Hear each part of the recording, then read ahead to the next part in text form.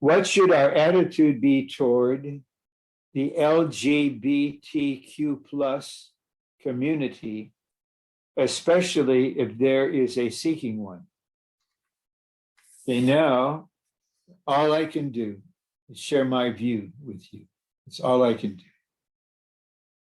And if I need to be adjusted, the Lord knows. I'm very willing. Okay, let's just begin with the fact that people are this way. They have same-sex attraction. Legally, now, the Supreme Court made a law. That's a fact. Same-sex marriages. It would not shock me if sometime in the future someone files a suit. We want group marriages. I want to have 4 wives, and they all want to be my husband. This may never end. So it's a law. So I'm not a social revolutionary fighting politically against that law. I recognize that there are dear human beings like this. And yes, even I received some anonymous emails from saints, a sister that was born this way.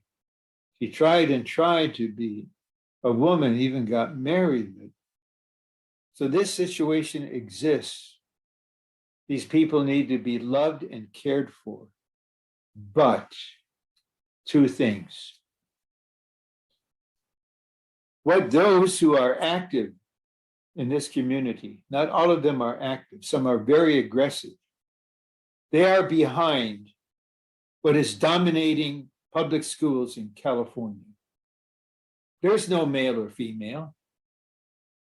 You're not a boy or a girl.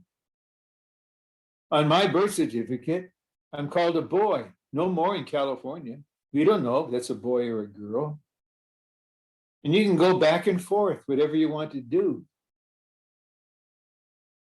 So if, just as a human, I'm conversing with someone in this community, I will show respect and care for them. And I would say, you need to just live according to what you are. Who am I to judge? And the law is allow you to have same-sex marriage. You can do that. But I do not agree with your ideology. I agree with God. Let us make man in our image, according to our likeness. Male and female, I created them. And so I will never agree, even if I'm accused of hate speech because I don't agree, and you put me to prison, then I'll have to learn to live under the rule of God in prison, because I will never speak contrary to the flawless, errorless word of God. To deny male and female by creation is to rebel against God. So I won't preach a message to them, but I would say, I respect you. I honor your freedom to live as you choose or are able to live. But when you try to impose this ideology on me or anyone else, I will fight for the truth. So why don't you just go that way? I believe Genesis 2. One man and one woman are joined together and become one flesh. This is marriage.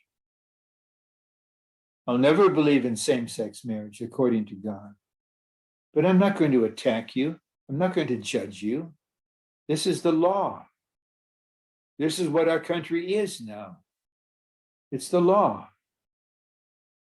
But, and I say this with much respect historically, to this truly great man, Martin Luther King Jr., leading the civil rights movement, how he did it was passive disobedience. They knew these race laws were absolutely evil, they're unjust, they will no longer obey them. So they didn't. I'm thankful they didn't. But when the police, sometimes with their dogs and their fire hoses, came upon them and put them in jail, they did not resist. You're the government. You have the authority. And then Martin Luther King wrote that document, a letter from a Birmingham jail. I take this as an illustration. We may be reaching the point where, to carry out the testimony of Jesus, we cannot obey certain laws passed by a satanically inspired government, such as the government in California.